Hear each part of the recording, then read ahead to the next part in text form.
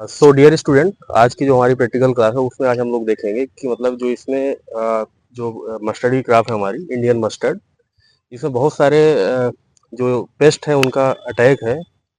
जैसे कि आपका अल्वेओ कैंडिडा हो गया है ना, व्हाइट रस्ट के नाम से जाना जाता है, इसका मेजर अटैक है। तो आज हमारे साथ हैं मुकेश सर, जो कि डिपार्टमेंट ऑफ पैथोलॉजी से हैं, और सर आपको बताएंगे डिटेल में कि किस तरह से इसका मतलब कंट्रोल मेजर करना चाहिए और ओवरऑल इंटीग्रेटेड पेस्ट मैनेजमेंट कैसे करोगे आप लोग इसका। ठीक है, तो सर प्लीज सर आप बच्चों को थोड़ा गाइड करिएगा। धन्यवाद सचिन सर। बच्चों, जो आपका ट्रायल चल रहा है इसमें एक दिन पहले भी मैं आया था विजिट करने, तो सिम्टम दिखने शुरू हो गए थे। आज जो है अच्छा सिम्टम बहुत अच्छा डेवलप हो चुका है। इसमें आप देखेंगे पूरी सरसों में जगह जगह आप देखेंगे कि सिम्टम आया है। ये जो है जो सिम्टम है इसको हम देख करके इसकी पहचान कर सकते हैं कि ये व्हाइट रस्ट ऑफ क्रूसीफर आप पढ़ते हो, पढ़ाया जाता है आपको। एक प्रोमिनेंट डिजीज है सरसों में, और अमंग डिजीजेस भी एक बहुत ही प्रोमिनेंट डिजीज है व्हाइट रस्ट ऑफ क्रूसीफर। ठीक है, तो इसका लक्षण जो है वो दो तरीके का आता है। एक आता है लोकलाइज्ड, है ना, लोकल सिम्टम। एक आता है सिस्टमिक। ठीक है, दो तरह से लक्षण आता है। तो जो हम देख पा रहे हैं यहाँ पर, आप देखेंगे पौधे पे ये पत्ती जो लगी हुई है, इसमें बहुत ही प्रोमिनेंट सिम्टम आया हुआ है। आप देखोगे बहुत ही प्रोमिनेंट सिम्टम इसमें आया हुआ है। ये जो पहला स्टेज है जिसमें आप लीफ पर देखते हो सिम्टम, आपको कहाँ दिख रहा है? लोअर साइड पर। जो प्राथमिक सिम्टम आपको लीफ पर दिखाई देगा वो कहाँ दिखेगा? लोअर साइड पर। और क्या आप देख पा रहे हो? पाउडरी पैचेज हैं, है ना, पैचेज बने दिख रहे हैं जो कि व्हाइट कलर के हैं। ठीक है, ये सिम्टम को हम अगर समझें तो ये जो फंगस है आपका, ये फंगस जो है यहाँ पर लोकलाइज्ड लक्षण कॉज किया है। इसमें जो एल्बुगो कैंडिडा है वो एक बार जो है इंटरसेलुलरली ये जो है कॉलोनाइज करता है। जो पादप कोशिकाएं हैं उनको इंटरसेलुलरली जो है ये कॉलोनाइज करेगा। इसका प्रसार जो है कोशिकाओं के बीच में होगा। वहां जब एक बार प्रसार हो जाता है और जब ये इसको जब लक्षण बनना शुरू होता है, पुस्ट्यूल बनने शुरू होते हैं, तो क्या होगा? वहां पर एक माइसीलियल बेड बनाता है। माइसीलियल बेड बनाएगा, वहां पर जो है स्पोरेंजियो 4 बनते हैं। ठीक है, वो माइसीलियल बेड पर एक क्लब शेप की स्ट्रक्चर बनती है ना, और उन स्पोरेंजियो 4 पर स्पोरेंजिया बनते हैं। तो जो आपको ये व्हाइट स्ट्रक्चर दिखाई दे रही है, इपिडर्मिस की ऊपरी लेयर को ये नीचे जितने स्पोरेंजियो स्पोर बनते जाएंगे, है ना, जितने स्पोरेंजिया बनते जाएंगे या स्पोरेंजियो स्पोर बनते जाएंगे, वो उसको जो है उसको उठाते जाएंगे उस लेयर को, है ना, एपिडर्मिस को। और एपिडर्मिस ये ब्रेक होगी और ये जो आपको व्हाइटिश स्ट्रक्चर दिख रही है ये वही स्पोरेंजिया है। ठीक है, बहुत ही कॉम्पैक्ट तरीके से सघनता से वो हुए स्पोरेंजिया है। इनका फॉर्मेशन बेसिपिटल फॉर्मेशन में होता है। मतलब उन स्पोरेंजियो 4 पर जो स्पोरेंजिया लग रहा है, सबसे नया वाला स्पोरेंजिया नीचे रहेगा। इस तरह से पुराने ऊपर, जो सबसे पुराना होगा ऊपर रहेगा, सबसे नया वाला नीचे बनता है। इसको बेसिपिटल फॉर्मेशन बोलते हैं, है ना। तो ये स्पोरेंजिया जो है आपका, ये जो आपको दिख रहा है बेसिकली ये स्पोरेंजिया है, जिसको कि नॉर्मल स्पोरेंजिया, जिसको कि नॉर्मली हम कोनिडिया भी बोल देते हैं। ठीक है, लेकिन पैथोलॉजी के स्टूडेंट होने के नाते आपको पता होना चाहिए कि ये जिस ग्रुप का फंगस है, यहाँ पर इसको जो है हम स्पोरेंजिया बोलेंगे। ठीक है, स्पोरेंजिया बना है स्पोरेंजियो 4 के ऊपर। ठीक है, तो एक तो इसका लक्षण ये है कि जब ये लीफ पर आता है, लीफ के लोअर साइड पर आएगा। ठीक है, और आपको इसको पुस्ट्यूल बोलते हैं। जो ये जगह जगह जगह जगह जो आपको ये पैचेस दिखाई दे रहे हैं, ये लीफ पर उभरी हुई स्ट्रक्चर्स हैं। ठीक है, जहां पर की एपिडर्मिस को तोड़ करके जो आपका कोनिडिया या स्पोरेंजिया है वो बाहर निकला हुआ है। तो उसका जो स्ट्रक्चर वो दिख रहा है जिस अरेंजमेंट में, इसको हम बोलते हैं पुस्ट्यूल। रस्ट की केस में इस्तेमाल होता है ना। व्हीट रस्ट से आया हुआ ये टर्म है, क्योंकि उससे मिलता जुलता ये इसमें सिम्टम है आपका सरसों में, तो यहाँ पर भी वही टर्म हम पुस्ट्यूल बोलते हैं, इसीलिए इसको व्हाइट रस्ट बोला जाता है। ठीक है, क्योंकि पुस्ट्यूल्स जैसे इस पर सिम्टम दिखाई दे रहा है। तो ये पहला चरण है जिस पर कि लोकलाइज सिम्टम बने हुए हैं। जो दूसरा लक्षण इसमें बनता है वो सिस्टमिक लक्षण बनता है। ठीक है, जब पैथोजन जो है ये सिस्टमिक हो जाता है, इन्फेक्शन इसका जो इन्फेक्शन है वो आपका सॉइल से आता है। सॉइल में जो पुराने सालों के अवशेष पड़े हैं उनमें जो है जूस ऊ स्पोर्स बनते हैं। इसका सेक्सुअल स्पोर ऊ स्पोर है, वो हार्डी स्ट्रक्चर है, वो जमीन में पड़ी रहती है ना, वहां सर्वाइव करती है। फिर जब आप अगले साल सीजन में आप फसल लगाते हो तो इन्फेक्शन वहां से शुरू होता है। वो ऊ स्पोर जो है, जू स्पोर वहां पर बनेंगे, फिर उससे जो है इन्फेक्शन की शुरुआत होती है। ठीक है। तो शुरुआत इन्फेक्शन की होती है तो पहले लीफ पर सिम्टम आते हैं, लीफ पर आपको ये पुस्ट्यूल दिखाई देते हैं। साथ साथ में क्योंकि फंगस जो है आपकी प्लांट की बॉडी में है, सिस्टमिक हो चुका है वो, अर्थात वो पौधे के डिफरेंट पार्ट्स तक पहुंच गया। ये पहुंचते पहुंचते जब फ्लावरिंग आती है, फ्लावरिंग स्टेज पर ये जो है इसके लक्षण आपको, जो दूसरा सिस्टमिक लक्षण है वो दिखाई देना शुरू होता है। उसमें जो है ये दीजिए जरा हमें। तो इसमें आप देखेंगे जो दूसरे तरह का लक्षण है, जो सिस्टमिक लक्षण है, जो सिस्टमिक लक्षण आता है वो इस तरह आपको देखने को मिल रहा है, डिस्टॉर्शंस देखने को मिल रहे हैं, है ना। इसमें आप देखेंगे नॉर्मल ग्रोथ नहीं है। इसका जो भी फ्लावरिंग पार्ट था उसमें जो है आप देखेंगे जो सेलुलर लेवल पे हो रहा है वो हाइपरट्रॉफी, हाइपरप्लेसिया हो रहा है। सेलुलर लेवल पर कोशिकाओं की कहीं साइज बढ़ रही है, कहीं नंबर ऑफ कोशिकाएं बढ़ रही हैं, उसकी वजह से जो है यह जो ऊपर का हिस्सा है क्लब शेप स्ट्रक्चर, क्लब मतलब जानते हो आप, क्लब मतलब हॉकी आप देख रहे हो ना, हाँ। और जो एक गेम है गोल्फ, गोल्फ के स्टिक को जो उसका स्ट्रक्चर जो है वो क्लब शेप का होता है, उसी के नाम पे ये क्लब शेप की स्ट्रक्चर बनती है, डिस्टॉर्टेड स्ट्रक्चर, ठीक है।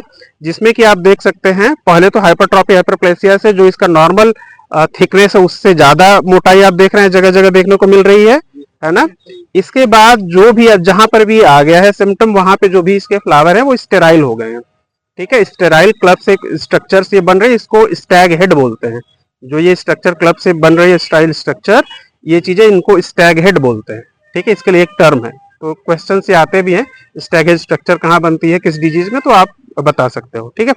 दूसरी चीज आप देखोगे ये एबनॉर्मल ग्रोथ के बाद जहां थिकनिंग होने के अलावा भी जो है आपको इस पे फंगस जो है इस पे उगता हुआ दिखाई देगा, माइसीलियल ग्रोथ उसकी आपको सुबह ये इस फंगस में जो है थ्रू आउट द डे आपको ये देखने को मिलेगा। जब भी इसका आ गया स्टेज तो ये अच्छा खासा ये फंगल ग्रोथ जो है आपको जगह जगह देखने को मिलेगी, ठीक है। तो क्योंकि इस तरह की जो एबनॉर्मेलिटी है, जो ये वाली है स्टैग हेड बनने वाली है ना, जहां पे कि आपको जो तना है ये सब थिकनिंग दिखाई दे रही है और स्टेराइल स्ट्रक्चर्स दिखाई दे रही है, ये डाउनी मिल्ड्यू जो इसमें लगता है पेरोनोस्पोरा से, जो इस क्रॉप में मस्टर्ड में लगता है, उसमें भी ऐसे सिम्टम स्टैग सिम्टम आते हैं। लेकिन हम इसकी आइडेंटिफिकेशन कैसे करते हैं, क्योंकि ये भी उपस्थित है ना, लीफ पर ये स्ट्रक्चर भी उपस्थित है, तो इससे हम और ज्यादा कंफर्म हो जाते हैं। जबकि उसकी केस में ये स्ट्रक्चर नहीं दिखाई देगी, वहां पर आपका जो है पैचेज, येलो पैचेज एक तरफ दिखाई देंगे ऊपर की तरफ, और नीचे की तरफ जो है आपको फंगल स्ट्रक्चर दिखाई देगी, ऐसे नहीं, पुस्ट्यूल्स नहीं दिखाई देंगे। सुबह के समय में केवल जब नमी रहती है सुबह के समय में वहां पे आपको माइसीलियल ग्रोथ दिखाई देगी, जैसे यहाँ पे दिखाई दे रहा है। कुछ कुछ जगह पे ऐसे ही प्रोमिनेंट फंगल ग्रोथ वहां पर भी दिखाई देगी, लेकिन उसकी केस में जो हाइपरट्रॉफी, हाइपरप्लेसिया होता है वो बहुत ज्यादा स्ट्रांग होता है, इससे भी ज्यादा। जैसे इसमें जो हो रहा है वो इस स्टेज पर जब फ्लावरिंग पे आ रही है तब हो रहा है। अगर शुरू में आपका डाउनी मिल्ड्यू डिजीज लग गया है, प्लांट की हाइट ही बहुत छोटी रह जाएगी और उसके जो ये तने हैं वो बहुत मोटे मोटे हो जाएंगे, ठीक है? तो उसमें जो है बहुत ज्यादा हाइपरट्रॉफी, हाइपरप्लेसिया देखने को मिलता है, ठीक है। उसमें तो ग्रोथ ही नहीं होगी, इसमें तो आपकी ग्रोथ हो जा रही है फ्लावरिंग स्टेज पर जा करके जो है कुछ में इस तरह का जब सेकेंडरी जो इसका सिम्टम है, जो सिस्टमिक सिम्टम, इसमें समस्या हो रही है ना। इसकी बात करें तो अब जब ये सिस्टमिक हो जाता है फंगस, है ना, एक तो इसका प्रसार कैसे होता है देखें तो, एक जो है आपका लीफ पर जब ये सिम्टम आया है, लीफ पर जो स्पोरेंजिया रिलीज हो रही है यहाँ से, ये जो है ये स्पोरेंजिया रिलीज होकर के ये विंड के माध्यम से, है ना, या फिर अगर वाटर स्प्लैश पड़ रहे हैं उसके माध्यम से, बारिश अगर हो जाए वाटर स्प्लैश पड़ करके ये उसके माध्यम से, विंड के माध्यम से ये दूसरी लीफ पर जाएगी और वहां पर इन्फेक्शन की शुरुआत होगी, ठीक है ना, है स्पोरेंजिया से हो सकती है, ठीक है। दूसरा जो आपका है, जो जहां पर भी इस तरह की स्ट्रक्चर सिस्टमिक हो गया फंगस, प्लांट बॉडी के अंदर जो है, ये तो असेक्सुअल साइकिल है इसकी चल रही है, ठीक है। इसके प्लांट बॉडी के अंदर इसकी सेक्सुअल साइकिल चलती है, वहां पे एंथ्रीडियम बनेगा, ठीक है, उगोनियम एंथ्रीडियम बनेगा, वहां पर सेक्सुअल स्पोर बनता है जिसको बोलते हैं ऊ स्पोर, ठीक है। ऊ स्पोर इसका सेक्सुअल स्पोर है, और वो समय के साथ जो है जैसे ही सीजन थोड़ा सा और आगे बढ़ता है वो मैच्योर होता है, तो हार्ड स्ट्रक्चर है, वो मिट्टी में आपके फसल अवशेष के साथ वो सरवाइव कर जाता है, अगली सीजन तक वो सरवाइव कर जाएगा, ठीक है। तो जो इन्फेक्शन आपको आएगा वो कहां से आएगा, मिट्टी से आएगा, ठीक है ना। फिर वहां से एक बार इन्फेक्शन शुरू हो गया, फिर जो है लीफ पर आना शुरू हो गया सिम्टम, फिर यहाँ से सेकेंडरी स्प्रेड होगा, सेकेंडरी स्प्रेड से पूरी फसल में ये जो है फैलता रहेगा धीरे धीरे धीरे धीरे, है ना। इसके उपचार के की अगर हम बात करें कि इसका प्रबंधन कैसे किया जा सकता है, तो क्योंकि अब वो डिपेंड करता है, प्रबंधन डिपेंड करता है कि आपको जानकारी किस लेवल पे हुई है ना। आपको अभी नॉलेज है तो आप दूसरे तरीके अपना सकते हो। जहां पे सिम्टम आ गया आप इसको रेमेडी नहीं कर सकते कि हाँ ये स्टेराइल हो गया तो आप इसमें कुछ कर दो कि इसमें फल बन जाए, फिर से ऐसा नहीं होगा।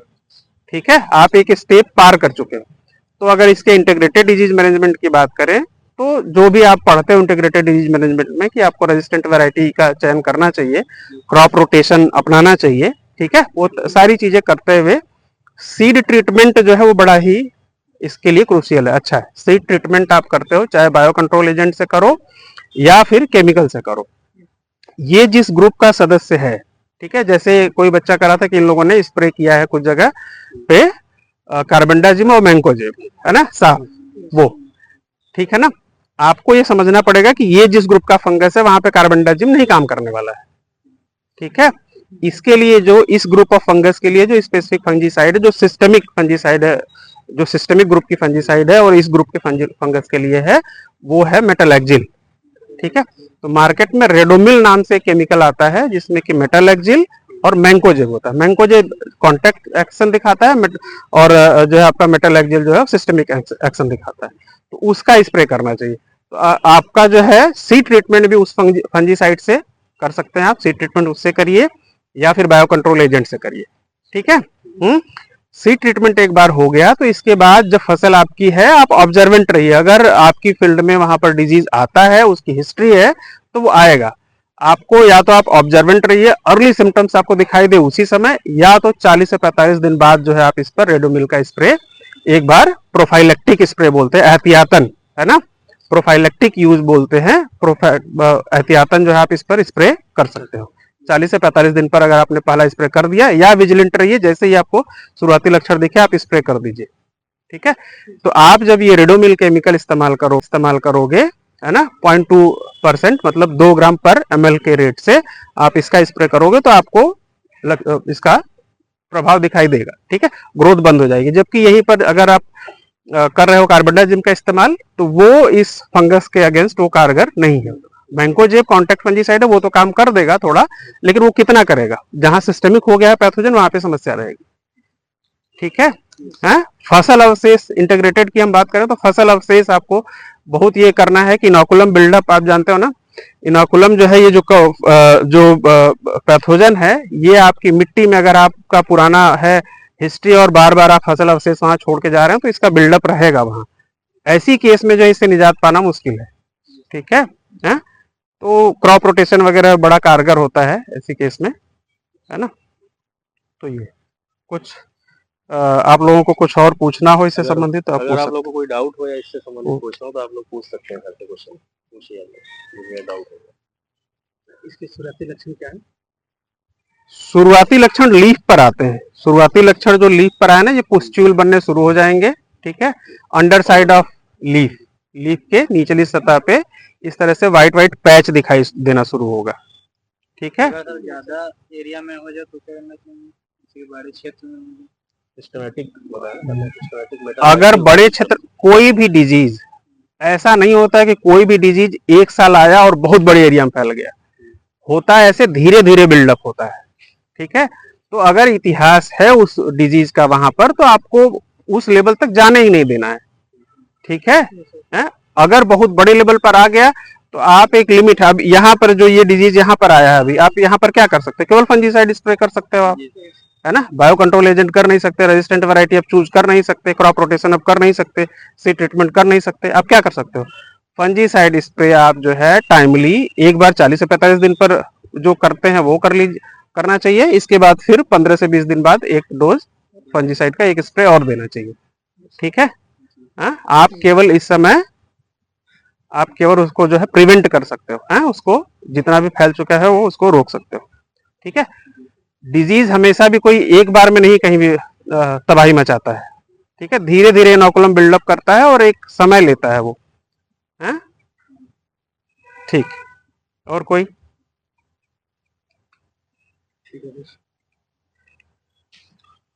ठीक, thank you. So thank you so much sir, आपने बच्चों को बहुत अच्छे से गाइड किया, बहुत अच्छे से बताया कि किस तरह से अल्वेओ कैंडिडा जो मतलब फंगस है जिससे कि व्हाइट रस्ट नाम की डिजीज होती है, जो कि मेजर डिजीज है अपने इंडिया में, और इससे बहुत लॉस होता है क्रॉप को। लगभग अगर अच्छी तरह से इन्फेस्टेशन हो जाए तो इसका लगभग 25 से 40% तक लॉस हो जाता है क्रॉप को। तो आपने बताया किस तरह से प्रॉपर इंटीग्रेटेड मैनेजमेंट करेंगे इसका, तो हमें लगता है आप लोग को बेनिफिट हुआ होगा इससे, और आप लोग जरूर इसको कंट्रोल कर लेंगे, इनिशियल स्टेज में अभी है ना। सो आज के लिए इतना ही काफ़ी है। थैंक यू सो मच है। ठीक है।